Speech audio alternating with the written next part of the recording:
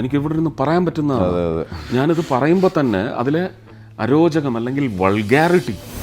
ഒരു കലാകാരനെ സംബന്ധിച്ച് അവൻ്റെ രാഷ്ട്രീയം എന്ന് പറയുന്നത് വളരെ പ്രധാനമാണ്. കഴുകാനുള്ള വെള്ളം നിങ്ങൾക്ക് എത്തിച്ചു കൊടുക്കാൻ സാധിക്കും എന്ന് പറഞ്ഞിടത്ത് ഉമ്മൻചാണ്ടി സാറിന് വേദനിച്ചു.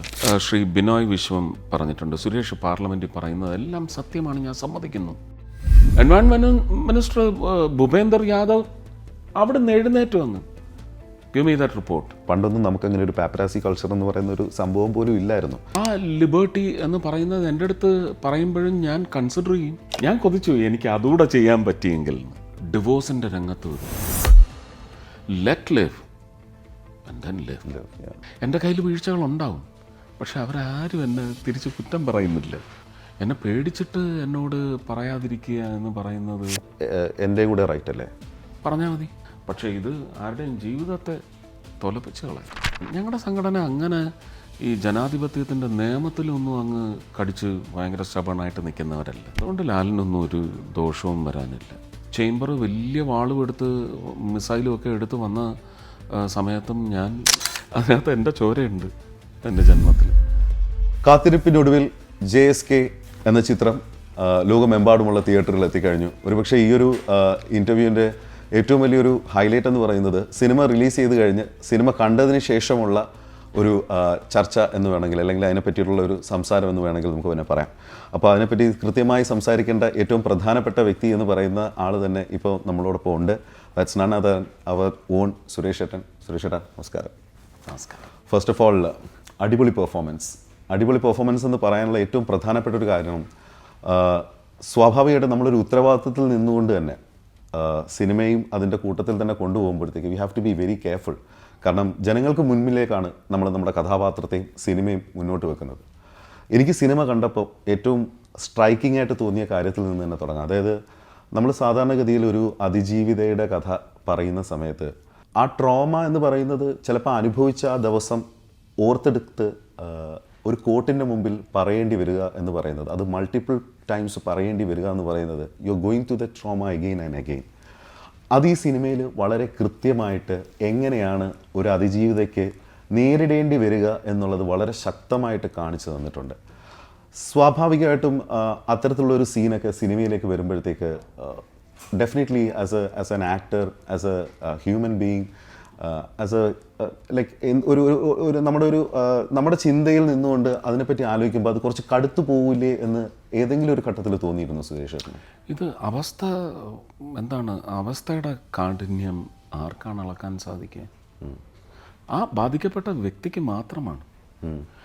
ആ ഒരു അവസ്ഥയുടെ കാഠിന്യം അനുസരിച്ച് അവകാശബോധം അല്ലേ, അവകാശബോധം എന്ന് പറയുന്നത് തുല്യത.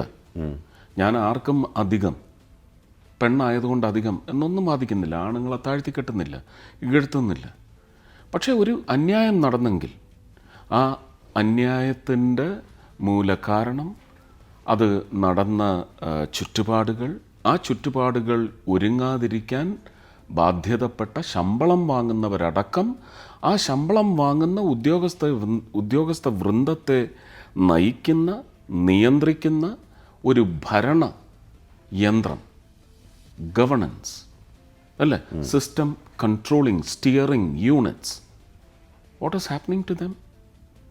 It has to go through very serious tough analysis. Not yell at what is happening at UP, what is happening in Bihar, not even what is happening at Tamil Nadu. I am cutting across all political lines, but human lines. Humanity should be the first prospect that any person who wants to take up a public offering in the form of a responsible chair has to deliver. The basis of any deliverance should be equality to all, not a millimeter more to a certain person or sect or caste or any bracket you may drag it into. അല്ലേ? അപ്പോൾ ഒരതിജീവിത, അങ്ങനെ a bundle of അതിജീവിതാസ്, what is their right? If there is no fraud, then you have to deliver. Not drag it for years together. അപ്പോൾ ആ If there is a fraud in the form of a conspiracy that you perhaps are eyeing at or smelling or sure about, clear it. There is no delay in the salary that is disbursed to the responsible person or bunch of individuals who are cracking a certain situation. There is no delay or say pullback in their salaries. They are getting it on a daily basis at the end of the month, and their deliverance also should be paced up in such a manner that we, the people, don't feel, and also we, the people at the governance wheel, does not feel that there is unlawful consumption of time which amounts to the lifespan of a person who is waiting for justice. He or she, I will say not just she, Yeah. he or she should be able to relax after the verdict is out. And now, why should you crunch their life to a situation where it will take 12 or 15 years to have your right, which was lawful? And നമ്മൾ കാണുന്നില്ലേ, എത്രയോ പേര് ഒരു വിധിന്യായം പോലും കേൾക്കാൻ നിൽക്കാതെ സമാധാനമായിട്ട് മരിക്കാൻ പോലും സാധിക്കാത്ത എത്രയോ ആയിരക്കണക്കിന് ബാധിക്കപ്പെട്ടവരെന്നേ ഞാൻ പറയുന്നുള്ളൂ. Justice delayed is justice denied. അപ്പോൾ ഇതിനകത്ത് എനിക്ക് തോന്നിയത് ജാനകിക്ക് ഒരു ഇൻസിഡൻ്റ് ഉണ്ടായി. ഇതിനകത്ത് ഒരു ക്രോണോളജി നമ്മൾ ഫോളോ ചെയ്യുകയാണെങ്കിൽ ഒരു എത്രയും വേഗം, say not more than 7 months. Correct. കാരണം ഇത് പുൾ ഔട്ട് ചെയ്യുന്നത് കറക്റ്റ്, യാ, 7th monthലാണ്. അപ്പോൾ മനസ്സിലാക്കേണ്ടത് എന്താ, ക്രൈം നടന്ന് 7 monthsനുള്ളിൽ ഒരു വിപ്ലവകരമായ തീരുമാനം ഇന്ത്യൻ ന്യായാലയത്തിന് അറിയിക്കാൻ, അതും എനിക്ക് ഇഷ്ടപ്പെട്ടത് ആ 2 ജഡ്ജസിനെയാണ്. അവരുടെ ഒരു കൺവിക്ഷനും അവരുടെ മുഖത്തുള്ള മസിലിൻ്റെ ഒരു കോൺഫിഡൻസും is adding to the hope of the people that there are such justices. ഇത് സിനിമയിൽ കുറച്ചുകൂടെ തീവ്രമായിട്ട് എനിക്ക് തോന്നിയെന്ന് വെച്ച് കഴിഞ്ഞാൽ സുരേഷ് ഏട്ടാ, നമ്മൾ സാധാരണഗതിയിൽ you are appearing four A character എന്ന് പറയുമ്പോൾ ഒരു വക്കീൽ വരുമ്പോൾ പ്രധാനമായിട്ടും പ്രൊട്ടഗണിസ്റ്റ് ആയിട്ടാണ് നമ്മൾ പോർട്രേ ചെയ്യുന്നത്. ഇവിടെ നമ്മൾ പ്രതിഭാഗത്തിൻ്റെ ഭാഗത്ത് നിന്നുകൊണ്ടാണ് ജാനകിക്കെതിരെ വാദിക്കുന്നത്. എനിക്കൊന്ന് ഇന്ത്യൻ സിനിമയിൽ തന്നെ ഒരുപക്ഷെ ആദ്യമായിട്ടായിരിക്കും അത്തരത്തിലുള്ള ഒരു ട്രീറ്റ്മെൻറ്റിൽ നമ്മൾ കഥ പറഞ്ഞു തുടങ്ങുന്നത്. പക്ഷേ കണ്ടുകൊണ്ടിരിക്കുന്ന പ്രേക്ഷകന് ഒരു പ്രതീക്ഷ ഉണ്ടാവുമല്ലോ, എൻ്റെ നായകൻ സംസാരിക്കാൻ പോകുന്നത് നായികയ്ക്ക് വേണ്ടിയിട്ടാണ്, അല്ലെങ്കിൽ പ്രധാന കഥാപാത്രത്തെ. ഇവിടെ നേരെ ഉൾട്ടായിട്ടാണ്, തിരിഞ്ഞാണ് വരുന്നത്. ഏത് ഘട്ടത്തിൽ വെച്ച് വരെ നമുക്കിത് കൊണ്ടുപോകാം എന്നുള്ളത് ഒരു സ്ക്രിപ്റ്റിൻ്റെ ഒരു തോട്ട് പ്രോസസ്സിൽ എപ്പോഴെങ്കിലും ഡിസ്കസ് ചെയ്തിട്ടുണ്ടോ? ഒരിക്കലുമില്ല. നിങ്ങളെല്ലാം പറയുന്നില്ലേ ക്രിയേറ്ററുടെ ഒരു ലിബർട്ടി. ആ ലിബർട്ടി എന്ന് പറയുന്നത് എൻ്റെ അടുത്ത് പറയുമ്പോഴും ഞാൻ കൺസിഡർ ചെയ്യും. പക്ഷേ ഇത് പൊതു സമൂഹത്തിൻ്റെ ഒരു മനസ്സിലാക്കലിന് എന്തെങ്കിലും തരത്തിൽ വിഘാതമോ കളങ്കമോ സൃഷ്ടിക്കുമെങ്കിൽ ഐ വിൽ പുട്ട് കോഷ്യസായി. നേരത്തെ പറഞ്ഞ പോലെ ഒരു ഉത്തരവാദിത്വത്തിൽ ഇരുന്നു കൊണ്ട് ഈ സിനിമയെ സംബന്ധിച്ച് അതില്ലായിരുന്നു. ഞാനൊരു ex-MP ആയിരുന്നു from the Rajya Sabha and also A prospective candidate for the 24 Lok Sabha general elections. This happened between 22 after I got retired. I listened to the story when I was an MP, but then decided to do it only after I retired. അതുകൊണ്ട് responsibility കുറഞ്ഞു എന്നല്ല ഞാൻ പറയുന്നത്, അതുകൊണ്ട് ഞാൻ പല കാര്യം ശ്രദ്ധിച്ചില്ല എന്നല്ല പറയുന്നത്, എല്ലാ കാര്യവും ശ്രദ്ധിച്ചിരുന്നു. ഇപ്പോൾ സിനിമ കണ്ടു കഴിഞ്ഞും ശ്രദ്ധയോടെ കണ്ടപ്പോൾ ഞാൻ നിവേദിതയുടെ വേഷം കൊതിച്ചുപോയി എന്ന് ഞാൻ പറഞ്ഞു. That is because of the excellence of the performance of the character displayed by Shruti Ramachandran. ഞാൻ കൊതിച്ചു എനിക്ക് അതുകൂടെ ചെയ്യാൻ പറ്റിയെങ്കിൽ. See, that implies a certain impact on the integrity of the acting displayed by that actor. പക്ഷെ അതൊരു ഗർഭിണിയായ Tony വരുമ്പോഴാണല്ലോ അത് ഞാൻ പറഞ്ഞില്ല, എനിക്ക് ഗർഭിണിയായിട്ട് തുല്യമായിട്ട് എൻ്റെ ഗർഭത്തിന് മാന്യത കാണുന്നു. ഇതുപോലെ മാന്യത ഈ കുട്ടിക്ക് ഒരാൾ നൽകുമോ ഈ സമൂഹത്തിൽ?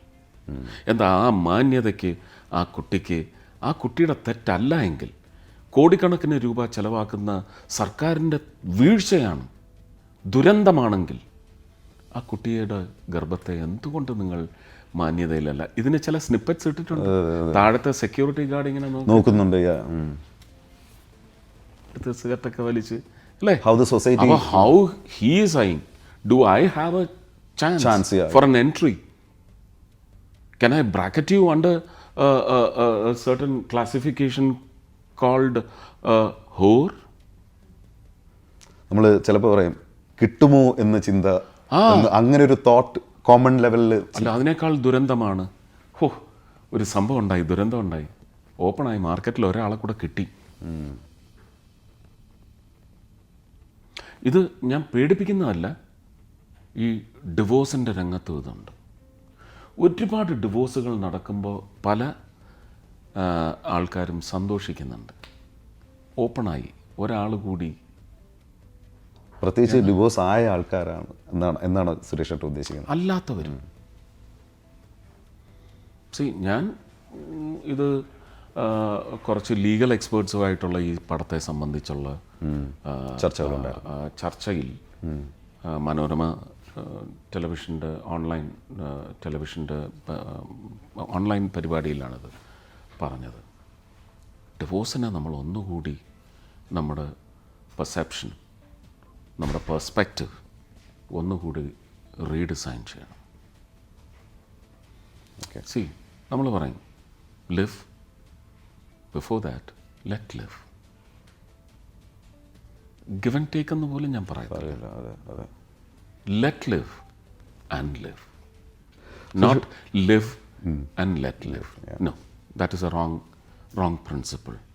Let live and then live. ഞാൻ എൻ്റെ വീട്ടിലെ കാര്യം പറഞ്ഞു. ഞാൻ പിണങ്ങും, ഞാൻ വഴക്കടിക്കത്തില്ല, പക്ഷെ ഞാൻ ഒരുപാട് രൂക്ഷമായിട്ട് ഞാൻ സംസാരിക്കും. എൻ്റെ കയ്യിൽ വീഴ്ചകളുണ്ടാവും, പക്ഷെ അവരാരും എന്നെ തിരിച്ച് കുറ്റം പറയുന്നില്ല. ചിലപ്പോൾ സുരേഷ് കുറ്റം പറയുന്നത് മുഴുവൻ പേടിയാണ്. അതുകൊണ്ടാണ് പറയാൻ ഞാൻ, അയ്യോ അത് വലിയ പാതകമാണ്. എന്നെ പേടിച്ചിട്ട് എന്നോട് പറയാതിരിക്കുക എന്ന് പറയുന്നത് എനിക്കത് അത് ഒരുപക്ഷെ സുരേഷ് ഏട്ടൻ വളരെ വൈകാരികമായിട്ട് വൈകാരികമായിട്ട് എന്നോട് ശ്രീ ബിനോയ് വിശ്വം പറഞ്ഞിട്ടുണ്ട്, സുരേഷ് പാർലമെൻറ്റിൽ പറയുന്നതെല്ലാം സത്യമാണ്, ഞാൻ സമ്മതിക്കുന്നു, പക്ഷേ സുരേഷ് അത് വൈകാരികമാക്കുന്നത് എന്തിനാണ്? ഞാൻ പറഞ്ഞു, that is not my political nature. Because you are not a politician. That is the nature of my DNA. Don't misread it. Don't misdemeanor it. It pains me. വയനാട്ടിലെ അനധികൃത നിർമ്മാണ സമ്പ്രദായത്തെപ്പറ്റി 2020-21 ഒക്കെ ഘോരം സംസാരിച്ചതാണ് ഞാൻ പാർലമെൻറ്റിൽ. വയനാട്ടിൽ ദുരന്തം സംഭവിച്ചു, കേന്ദ്ര സർക്കാർ ചെയ്യേണ്ടതെല്ലാം ചെയ്തിട്ടുണ്ട്. അതൊന്നും ഇപ്പോൾ ഡിസ്കഷനുള്ള മെറ്റീരിയൽ അല്ല. ആരുടെ വീഴ്ചയാണെന്നുള്ളത് ഇപ്പം വയനാട്ടിലെ നാട്ടുകാർ മനസ്സിലാക്കി, വയനാട്ടിൽ ഒരു പക്ഷേ അവർ സഹായിക്കുന്ന പൊളിറ്റിക്കൽ പാർട്ടിയുടെ സഹായത്തോടെ അതിന് വലിയ പോര് മുന്നേറ്റം നടത്തുന്നുണ്ട്. And the ruling party does not have a word in retort because they are on the wrong platter. Realisation വരുന്നതിന് മുമ്പ് ഞാൻ പറയുന്ന അങ്ങനെ ഒരു ദുരന്തം ഉണ്ടാവുന്നതിന് മുമ്പ് we foresee a massive endangering situation. അല്ലാതെ ജനങ്ങളെ പറഞ്ഞ് പേടിപ്പിക്കാനൊക്കത്തില്ല. വയനാട്ടിലൊരു 20 വർഷം മുമ്പ് ഈ ദുരന്തം ഇല്ലല്ലോ, സ്കാറ്റേർഡ് അല്ലായിരുന്നോ? Why suddenly in 20-25 years so many illegal constructions? 2000 plus. If I remember, 2,700 plus. I have the reports. I raised it in the parliament. Environment Minister Bhupender Yadav അവിടെ നിന്ന് എഴുന്നേറ്റ് വന്ന്, give me that report. He has it in hand. അതാണ് അദ്ദേഹം John ബ്രിട്ടാസിന് ഇപ്രാവശ്യം ഞാനും കൂടി ഇരിക്കുമ്പോൾ പറഞ്ഞത്. അതൊക്കെ എടുത്ത് പൊളിറ്റിക്കൽ സർക്കസാക്കി മാറ്റുക. ഞാൻ പറയും, ജനങ്ങളെ നിങ്ങളെ അപാരമായിട്ട് വഞ്ചിച്ചുകൊണ്ടിരിക്കുകയാണ്. നിങ്ങൾ സത്യം അന്വേഷിക്കൂ, സത്യം മാത്രം മനസ്സിലാക്കൂ, സത്യം മാത്രം മനസ്സിലാക്കി ഇംബൈബ് ചെയ്തതിൻ്റെ പശ്ചാത്തലത്തിൽ പ്രതികരിക്കൂ. ഇല്ലെങ്കിൽ ഇതിങ്ങനെ നിങ്ങൾ മനസ്സിലാക്കിയത് തെറ്റ്, അവർ പറയല്ല മനസ്സിലാക്കിയതൊക്കെ ശരിയാണ്, ഞങ്ങൾ അവരുടെ പക്ഷത്താണ്, ഇത് അവരുടെ കുഴപ്പമാണ്, ഇവരുടെ കുഴപ്പമാണ്, ഇങ്ങനെ നമ്മൾ ഇതിനൊരു ഫൈനാലിറ്റി ഇല്ലാതെ മല്ലടിച്ച് തീരും. So in your words like realisation comes in later, അതിനു മുമ്പേ ആൾക്കാർ ജഡ്ജ്മെൻ്റൽ ആവുന്നു on what they hear. Pathetic. From different parts. Pathetic. I'm now vouching for the democracy, the democratic timber which persists in the country now. I still believe I'm very strong when it comes to conviction. ഞാൻ എൻ്റെ നെഞ്ചത്ത് കൈവച്ചാണ് ഞാൻ പറയുന്നത്. For the past 7 years at least, the nation and its democracy is on a right path, perfect path, with no dangerous or negative impediments. If you look at what the governance or the parliament, which has a majority, is aiming at, is equality for all. Okay. Equality for all. But when it comes to availabilities, then you should not crack into segments.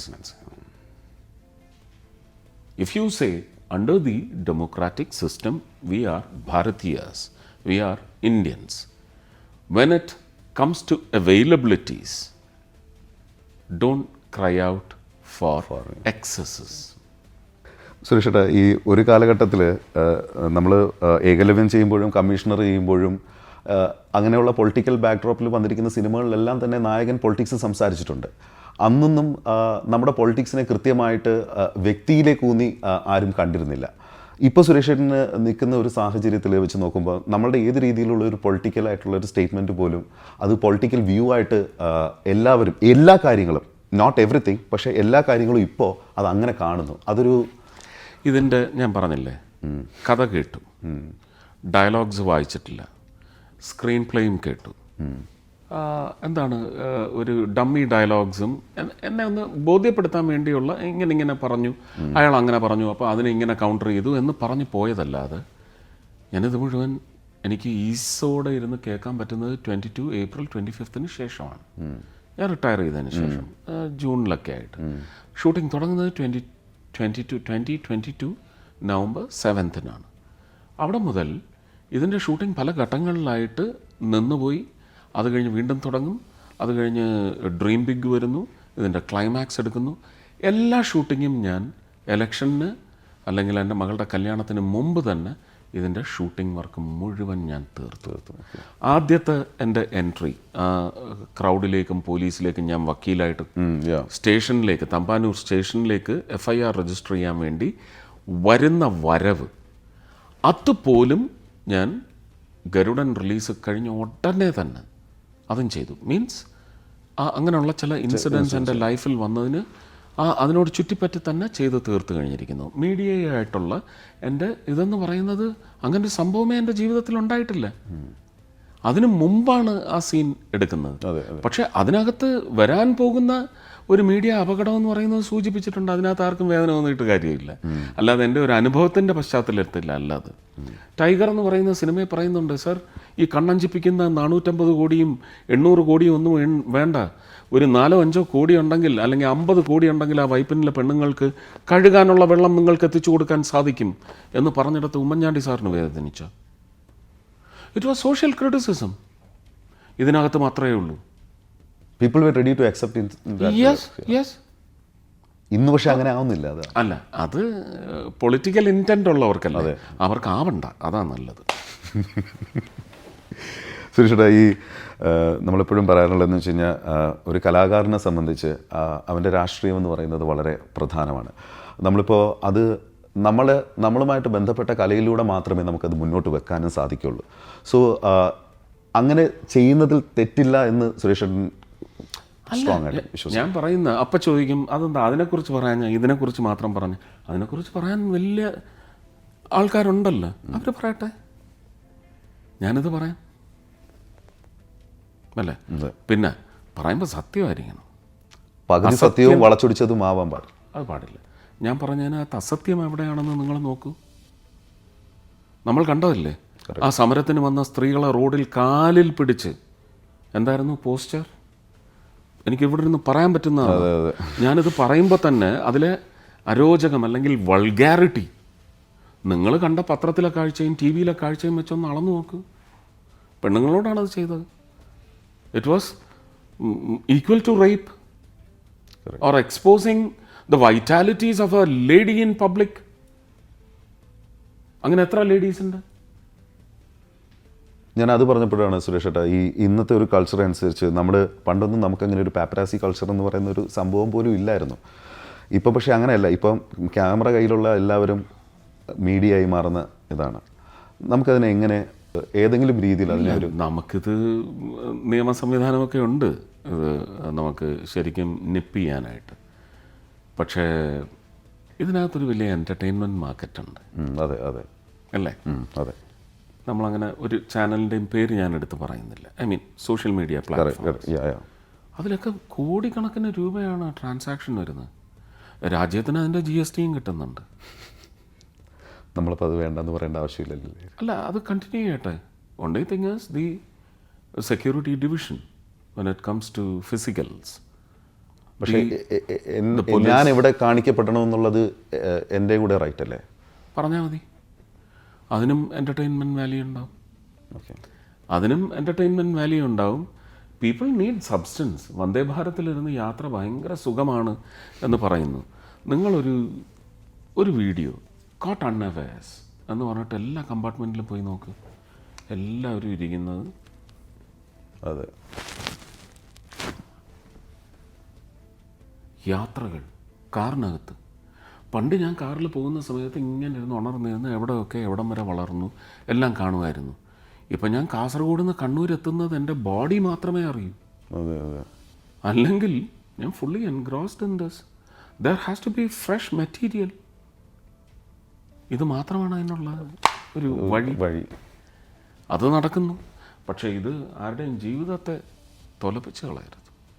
ഞാൻ പറഞ്ഞില്ലേ, deshaping, reshaping, reorganising a real person into what is your vicious intention. പൊറുക്കാനും മറക്കാനും പറ്റാത്ത പാപമാണ് അത്. വിശ്വാസികൾക്കല്ലേ പാപത്തിൻ്റെ ഒരു പൊരുൾ എന്താണെന്ന് മനസ്സിലാവും. നമ്മൾ ആരോടാ സംസാരിക്കുന്നത് അല്ലേ? നല്ല വിശ്വാസികളാരും അത് ചെയ്യില്ല. സിനിമയെ പറ്റി ഒരു കാര്യം കൂടെ ചോദിച്ചാൽ സുരേഷ്, അപ്പം ഇതിനകത്ത് ജാനകിക്ക് എതിരെ അപ്പിയർ ചെയ്യുന്ന ഒരാളാണ് സുരേഷ് ചേട്ടൻ്റെ ക്യാരക്ടർ. അത് ഞാൻ പറയുന്നുണ്ട്, അതിൻ്റെ ന്യായം ഉണ്ട്. പക്ഷെ അതിനെ പാമ്പർ ചെയ്യാനാണോ ലൈക്ക് മറ്റൊരു കഥാപാത്രത്തിന്റെ ഒരു? ഒരിക്കലുമല്ല. It is A need. It is a need that is risen out of a certain situation which was fall of duty, fail of duty, dereliction of duty. Dereliction എന്ന് പറഞ്ഞു കഴിഞ്ഞാൽ ക്രിമിനലാണ്. You are paid to do this. You did not think of doing it. Dereliction. Well, you thought but evaded action, responsible action from your end. Dereliction. It's a crime. You did not purposely notice it. Again, bigger crime. It was brought to your serious attention, urgent attention. You did not pay heed to it. More serious. Yeah, true. Criminal pattern. Correct. ഇതിനകത്ത് എന്താണ് ഞാൻ പ്രത്യേകിച്ച് പറയുന്നുണ്ട്. നവീനും സൈറയും വന്നിരുന്ന് ചോദിക്കുമ്പോൾ പറയുന്നത്, ഞാൻ എന്ത് തെറ്റാണ് പറഞ്ഞത്? കോടതിയിൽ ഞാൻ ഈ പ്രതിപക്ഷം എന്ന് നിങ്ങൾ പറയുന്നത് വാദി പക്ഷമായിട്ടാണ് ഞാൻ കാണുന്നത്. അവർക്ക് അവരുടെ റൈറ്റ്സ് വേണം. എനിക്ക് കിട്ടിയ തെളിവുകളുടെ അടിസ്ഥാനത്തിൽ ഞാൻ അവരെ ഊരിയെടുത്തു. പക്ഷേ നമ്മുടെ നിയമസംഹിതയുടെ വ്യവസ്ഥിതി അനുസരിച്ച് ഇപ്പോൾ നിങ്ങൾ വന്ന് അങ്ങനല്ല ഇത് നടന്നു എന്ന് തെളിയിക്കുന്ന തരത്തിൽ, അതാണ് ഞാൻ പോലീസിനെ കുറ്റപ്പെടുത്തുന്നത്. നിങ്ങളിത് ഇതന്വേഷിച്ചോ അതന്വേഷിച്ചോ എന്ന്, നിങ്ങൾക്ക് കേസ് വേഗം തീർക്കണം, നമ്പർ 1 ആണ്. എല്ലാം വളരെ ഇതിൻ്റെ സ്ക്രീൻ പ്ലേ ഡയലോഗ്സിലൂടെ സഞ്ചരിക്കുന്ന screen play I feel is perfect. Even നിങ്ങൾ എന്ത് ക്രിട്ടിക്കൽ അനാലിസിസ് നടത്തി എൻ്റെ അടുത്ത് ചോദ്യം ചോദിച്ചാലും എനിക്ക് അതിന് ഉത്തരം നൽകാൻ പറ്റുന്ന ചില ഡെലിവറൻസസ് ഉണ്ടായിട്ടുണ്ട്, ചില ഷോർട്സിലുണ്ട്. Like in fact when I said security guard എനിക്കും സ്കോപ്പ് ഉണ്ട് എന്ന് വിചാരിക്കുന്ന ഒരു എലമെൻ്റ് വരെ അതിനകത്തുണ്ട്. അത് നമ്മൾ കോറീഡ് ചെയ്യുന്നത് എൻ്റെ ഈ ഗർഭത്തിന് മാന്യതയുണ്ട്, എന്നെ ഒരു അമ്മയാകാൻ പോകുന്ന എന്നെ ആൾക്കാർ അത്രയും സന്തോഷത്തോടെ അതേ കണ്ണ് വെച്ച് എത്ര പേര് ഈ കുട്ടിയെ കാണും. C it is connected. മാത്രമല്ല ക്യാരക്ടറിൻ്റെ ഇൻട്രൊഡക്ഷനിൽ തന്നെ വളരെ കൃത്യമായിട്ട് ഒരു നല്ല ക്രിസ്ത്യാനി എന്ന് പറയുന്നത് അല്ലേ? അല്ല, അത് നല്ല വിശ്വാസി എന്നുള്ളത് അവരന്നത്തെ ഒരു ആഗോള മതം, അന്നത്തെ അല്ല ഇപ്പോഴത്തെ ഒരു വലിയ ആഗോള മതത്തിൻ്റെ പശ്ചാത്തലത്തിൽ അത് പറഞ്ഞു എന്നേ ഉള്ളൂ. It applies to all caste. ഒരു നല്ല വിശ്വാസി. ഈ കാലം മാറുന്നതനുസരിച്ച് ചിലപ്പോൾ അല്ല, ഞാൻ നേരത്തെ തന്നെ പറഞ്ഞു തീർത്തില്ല. അപ്പോൾ പറയുന്നുണ്ട്, എനിക്ക് അന്ന് കിട്ടിയതിൻ്റെ പശ്ചാത്തലത്തിൽ ഞാൻ അവർക്ക് വേണ്ടി ബാധിച്ചു, അല്ലാതെ ജാനകിയെ ഞാൻ തീർത്തതല്ല. ഇപ്പം ഞാൻ മനസ്സിലാക്കുന്നു ഇതിനൊരു സ്കോപ്പ് ഉണ്ടെന്ന്, നിങ്ങൾക്ക് ഇതാണ് ചെയ്യാൻ പറ്റുന്നത്, DNA ടെസ്റ്റ്. പക്ഷെ അന്നേരവും ഞാൻ ഉറപ്പ് തരുന്നു, നിങ്ങൾ വീണ്ടും പോയി അപകടത്തിൽ ചാടി അവഹേളിക്കപ്പെടരുത്. ഒരു പെൺകുട്ടിയാണ്, എൻ്റെ പ്രതികൾ തന്നെയാണെന്ന് ഉറപ്പുണ്ടെങ്കിൽ മാത്രമേ DNA ക്രോസ് എക്സാമിനേഷൻ നടത്താവൂ. അവരല്ല എന്ന് തെളിഞ്ഞാൽ പിന്നെയും നിങ്ങളുടെ സ്വഭാവ ദൂഷ്യം കൊണ്ട്, അതും ക്രോസ് റെഫറൻസ് ഉണ്ട്. ബാംഗ്ലൂരിലെത്തി, അമിതമായി കിട്ടിയ സ്വാതന്ത്ര്യം, പുതിയ കൂട്ടുകെട്ടുകൾ എന്ന് പറഞ്ഞാൽ ഉടനെ വിഷ്വൽസ് കാണിക്കുക. ഡാൻസ് ചെയ്യുന്നു, സ്മോക്ക് ചെയ്യുന്നു, മദ്യപിക്കുന്നു. അത് മദ്യമാണോ ജ്യൂസാണോ മോക്ടെയിലാണോ എന്നൊന്നും നമുക്കറിയത്തില്ല.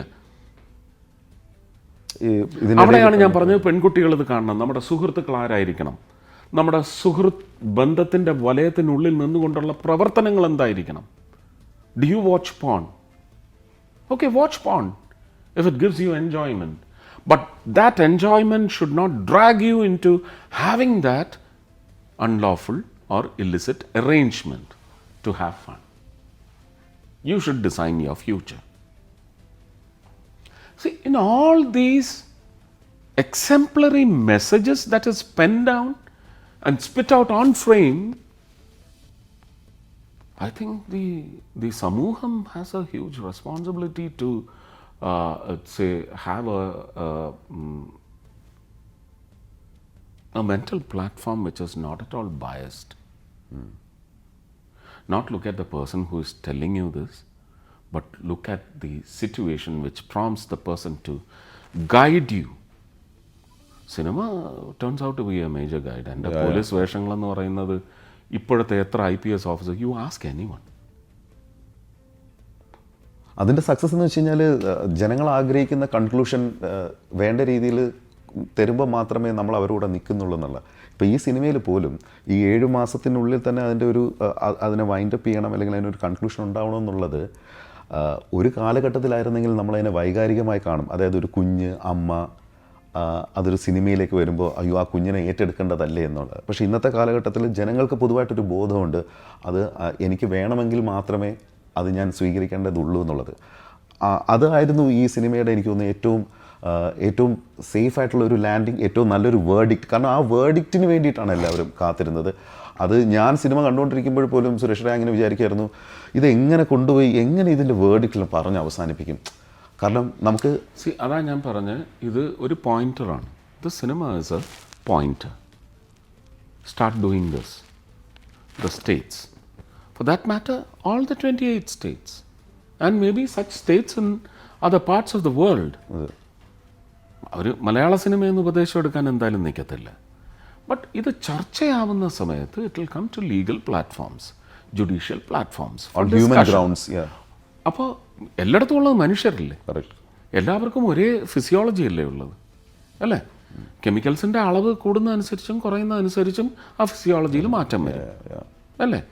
അപ്പോൾ ഇത് ലോക വ്യാപകമായിട്ട് ഒരു സ്റ്റാൻഡേർഡ് എന്താണ്, നമ്മുടെ വൈറ്റൽസിൻ്റെ ഒരു ഓർഡർ എന്ന് പറയുന്നത് സ്റ്റാൻഡേർഡൈസ്ഡ് ആണ്. അതിനകത്ത് ഏറ്റക്കുറച്ചിലുകൾ പലരെയും നല്ല കർമ്മത്തിലേക്കും മോശപ്പെട്ട കർമ്മത്തിലേക്കും ഒക്കെ വഴിതിരിക്കും. കഴിക്കുന്ന ഭക്ഷണത്തിൻ്റെ അംശങ്ങൾ അനുസരിച്ച് അതിൽ നിന്ന് നമ്മൾ അബ്സോർബ് ചെയ്യുന്ന അംശങ്ങളനുസരിച്ചൊക്കെ ഇത് വേരി ചെയ്തുകൊണ്ടിരിക്കും. അപ്പോൾ എല്ലാവരും ഒരുപോലെ തന്നെ ആവണം, നല്ലവർ മാത്രമാവണം എന്നൊന്നും നമുക്ക് നിർബന്ധം പിടിക്കാനൊക്കത്തില്ല. പക്ഷേ ഒരു യൂണിവേഴ്സൽ ഓർഡർ വേണം for peaceful life. Not just look at what newer bomb is being made, അത് മാത്രമാണ് അപകടം എന്ന് വിചാരിക്കരുത്. There is a physical bomb inside U.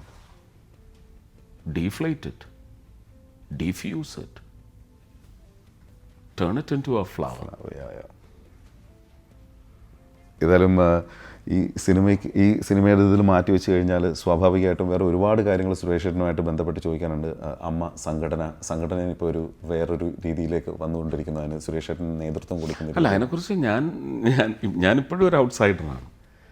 പക്ഷേ അങ്ങനൊരു വലിയ നിർണായക ഘട്ടം വന്നപ്പോൾ എല്ലാവരും ഒരുപോലെ ഒരുമിച്ച് നിൽക്കണമെന്ന് മാത്രമേ ആഗ്രഹിച്ചുള്ളൂ. 3 വർഷത്തേക്ക് തിരഞ്ഞെടുക്കപ്പെട്ടത് ലാലിനെ ആണെങ്കിൽ ഞാനിപ്പോഴും ആഗ്രഹിക്കുന്നു ലാലിന് മനംമാറ്റം ഉണ്ടായി വന്ന് ഞങ്ങളുടെ സംഘടന അങ്ങനെ ഈ ജനാധിപത്യത്തിൻ്റെ നിയമത്തിലൊന്നും അങ്ങ് കടിച്ച് ഭയങ്കര സ്റ്റബണായിട്ട് നിൽക്കുന്നവരല്ല. നമുക്ക് 5 or 6 ടേം എനിക്ക് തോന്നുന്നു ഇന്നസെൻ്റ് ആയിട്ട് പ്രസിഡൻ്റായിട്ട് പോയതാണ്. ഇലക്ഷനൊക്കെ സംഭവിച്ചിട്ടുണ്ട്, അതൊക്കെ ഒരു നെയിം സേക്ക് ഇലക്ഷനാണ്. എല്ലാവരുടെയും ഒരു കൺകറൻസ് ആയിരുന്നു അങ്ങനെ പോകുന്നത്. അതാണ് എൻ്റെ സംഘടന പോലെ ഒരു സംഘടനയ്ക്ക് ഏറ്റവും നല്ലത്. കൂടുതൽ സ്ത്രീ പ്രാതിനിധ്യമൊക്കെ ഉണ്ടാവും. കൂടുതൽ എന്നുള്ളത് ഞാൻ മാനിക്കുന്നില്ല, അറ്റ്ലീസ്റ്റ് ഈക്വൽ, തുല്യം എന്ന് മാനിക്കാം. പക്ഷെ അവിടെയും പിന്നെ ചില എക്സ്പീരിയൻസിൻ്റെയും പലർക്കും സമയം കിട്ടത്തില്ല. എക്സ്പീരിയൻസ് ഉള്ള ഒരാളിനെ അവിടെ ഇരുത്താമെന്ന് വിചാരിച്ചാൽ സമയം കിട്ടാത്തിടത്തൊക്കെ ഈ സ്ത്രീ പുരുഷ അനുപാതം എന്നൊക്കെ പറയുന്ന ഞാൻ പറയാം, എന്തിനാണ് നമ്മൾ അങ്ങനെ ഒരു കടമ്പിടുത്തം? എന്തിനാ? നല്ല ആൾക്കാർ ഇരിക്കട്ടെ, നല്ല ആൾക്കാർ ഭരിക്കട്ടെ. ആരും സംഘടനയ്ക്കോ സംഘടനയുടെ സാമ്പത്തികപരമായ കരുത്തിനോ കോട്ടം സൃഷ്ടിക്കാത്തതോ അതിന് വളർച്ചയുണ്ടാക്കുന്നവരോ എല്ലാം കൂട്ടായി എല്ലാവരും ഒരുമിച്ചാണ് പരിശ്രമിക്കാൻ പോകുന്നത്. ഞാനിപ്പോഴും ആഗ്രഹിക്കുന്നുണ്ട് ലാസ്റ്റ് മിനിറ്റിൽ ലാല് വന്നിട്ട് നമുക്കങ്ങനെ ഒരു ഇലക്ഷൻ്റെ പേരിൽ ഒരു ക്രാക്ക് ഉണ്ടാകുമെങ്കിൽ വേണ്ട, ഞാൻ തയ്യാറാണ് നയിക്കാൻ എന്ന് പറയണമെന്ന് ഞാൻ ആഗ്രഹിക്കുന്നുണ്ട്. അതുകൊണ്ട് ലാലിനൊന്നും ഒരു ദോഷവും വരാനില്ല. ജോലി ചെയ്യാൻ അവിടെ ആളുണ്ട്, ലാലിത് കൺട്രോൾ ചെയ്താൽ മതി. പിന്നെ ലാലിനെ സഹായിക്കുന്നതിന് മമ്മൂക്കയുണ്ട്, ഞാൻ ഉറപ്പായിട്ടും ചെല്ലും. ഞാൻ പിന്നെ എൻ്റേതായ ചില പേഴ്സണൽ കടുംപിടുത്തം കൊണ്ട് ഞാൻ അവിടെ ഒരു സ്ഥാനവും. പക്ഷേ സുരേഷിൻ്റെ ഒരു തിരിച്ചുവരവ് അവിടെ എല്ലാവർക്കും ഒരു ഊർജ്ജം കൊടുത്തു എന്ന് പൊതുവെ. തിരിച്ചുവരവല്ല, ഞാൻ അവിടെ തന്നെ ഉണ്ടായിരുന്നു. സന്നിഗ്ധ ഘട്ടങ്ങളിലൊക്കെ. അല്ല, 2004 ചേംബർ വലിയ വാളും എടുത്ത് മിസൈലും ഒക്കെ എടുത്ത് വന്ന സമയത്തും ഞാൻ പെട്ടെന്നാണ് ഇന്നസെൻ്റ് ഏട്ടനും ഏഷ്യാനെറ്റ് മാധവൻ സാറും കൂടെ എന്നെ വിളിച്ചിട്ട് ഞാൻ അവിടെ ചെന്ന് അവരുടെ പരിപാടി പങ്കെടുത്തു വന്നു. ഞാൻ അതിനകത്ത് ഒരു വിമതനൊന്നുമല്ല, വിമതനാവാൻ ഒക്കത്തില്ല. അതിനകത്ത് എൻ്റെ ചോരയുണ്ട് എൻ്റെ ജന്മത്തിൽ. അപ്പോൾ അത് ശക്തമായിട്ട് തന്നെ മുന്നോട്ട് നീങ്ങണം. അമ്മ ഷുഡ് പെർസിസ്റ്റ് ആസ് അമ്മ ആൻഡ് ഇറ്റ് വിൽ. എന്തായാലും ഒറ്റക്കൊമ്പന് വേണ്ടിയും വെയിറ്റ് ചെയ്യാണ് സുരേഷ് ചേട്ടാ. കുറേ നാളുകളായിട്ട് വർക്ക് നടന്നുകൊണ്ടിരിക്കുകയാണ്. പക്ഷേ വെരി സൂൺ അതും തിയേറ്ററിലെത്തട്ടെ. Thank you so much. അതെ, അതും 2019 തുടങ്ങിയ ശ്രമമാണ് എൻ്റെ അടുത്ത്. അതിന് മുമ്പേ പ്രിപ്പറേഷൻ നടക്കുന്നുണ്ട്. പിന്നെ അതിനും ഈ പറയുന്നത് പോലെ ഒരുപാട് അവകാശവാദങ്ങളും വിവാദങ്ങളും ഒക്കെ വന്ന് കോടതി ഇടപെടലും തടസ്സപ്പെടുത്തി വയ്ക്കുകയും ഒക്കെ ചെയ്തു. ടൈറ്റിലിന് പ്രശ്നമായി, ഉപയോഗിക്കുന്ന പേരിന് പ്രശ്നമായി. അതൊക്കെ ഏത് തട്ടിലിട്ടാണ് ഇപ്പോൾ ഈ ബഹളം ഉണ്ടാക്കി പേരിനെ ചൊല്ലി ബഹളം ഉണ്ടാക്കുന്നവർ അന്ന് ചർച്ച ചെയ്തതെന്ന് എനിക്കറിയത്തില്ല. അതൊരു വിഷയമായിരുന്നില്ല. അപ്പോൾ ഇപ്പോൾ അത് കോടതി തന്നെ പറഞ്ഞതിൻ്റെ പശ്ചാത്തലത്തിൽ ഞങ്ങൾ ആ പേര് ഉപയോഗിക്കുന്നു. നല്ല സിനിമയായി വരട്ടെ. എന്തായാലും നല്ല സിനിമയാവുമോ എന്നെനിക്ക് ഉറപ്പിച്ചങ്ങോട്ട് പറയാൻ പറ്റത്തില്ല. നല്ല സിനിമയേക്കാൾ കൂടുതൽ അതൊരു തട്ടുപൊളിപ്പൻ സിനിമയായിരിക്കും.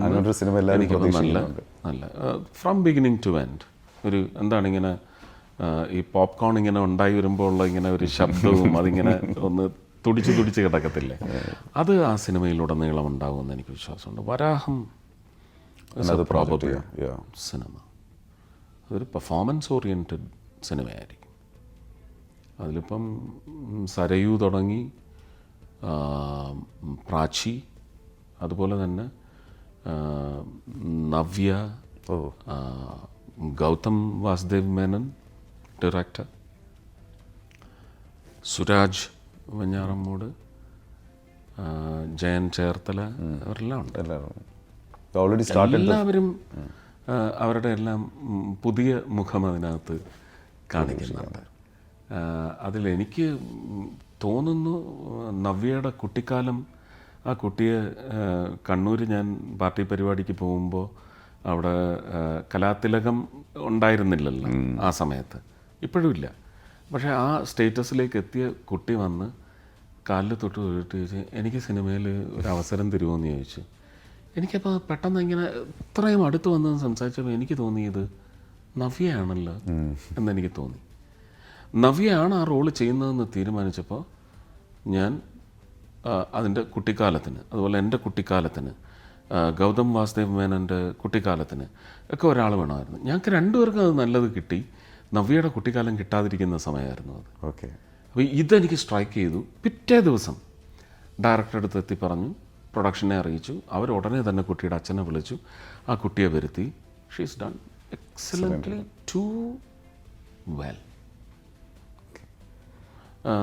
നവ്യയുടെ കുട്ടിക്കാലത്ത് തന്നെ എടുത്തതാണെന്നേ തോന്നുന്നു. അത്രയും നന്നായിട്ടുണ്ട്. അപ്പോൾ എനിക്ക് തോന്നുന്നു ആ കുട്ടിക്കാലം അഭിനയിച്ചവരെല്ലാം, ഗൗതം വാസുദേവ് മേനൻ്റെ കുട്ടിക്കാലം പെർഫെക്റ്റ്, 101% പെർഫെക്റ്റ്.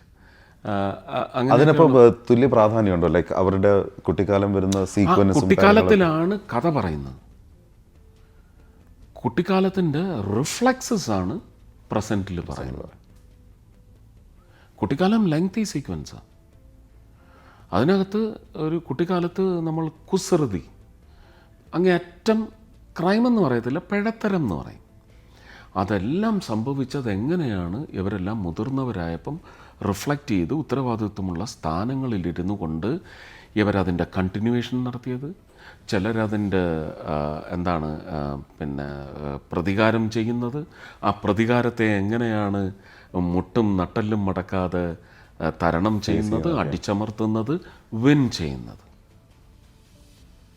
അതിനൊരു ടൈലൻ്റ് ഉണ്ട്. അത് ഞാൻ തന്നെ സ്ക്രിപ്റ്റ് ചെയ്തതാണ്.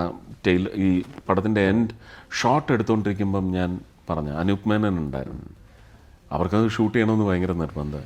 ഞാൻ പറഞ്ഞു പടത്തിൻ്റെ റിസൾട്ട് വരട്ടെ, എന്നിട്ട് നമുക്ക് ഒരു എക്സ്റ്റെൻഡഡ് വേർഷൻ നമുക്ക് നൽകാം എന്ന് പറഞ്ഞിട്ടുണ്ട്. എനിക്കൊരു ഭയങ്കര ഒരു ക്രേസി എൻഡിങ് പോലെ എനിക്ക് ഫീൽ ചെയ്തതാണ്. പക്ഷെ Anoop said there it turns real. Anoop script writer ഉണ്ടായതുകൊണ്ട് അദ്ദേഹത്തിന് അതറിയാം. They are all waiting for that moment to rise or happen. Success should be the final result, exemplary success. So waiting forward to we are all waiting for that. വരാഹം shown to you. നമ്മുടെ class attend ചെയ്യാൻ വേണ്ടി രണ്ടുപേര് വന്നിരിപ്പുണ്ട്. JSKയുടെ Madhav. Hi.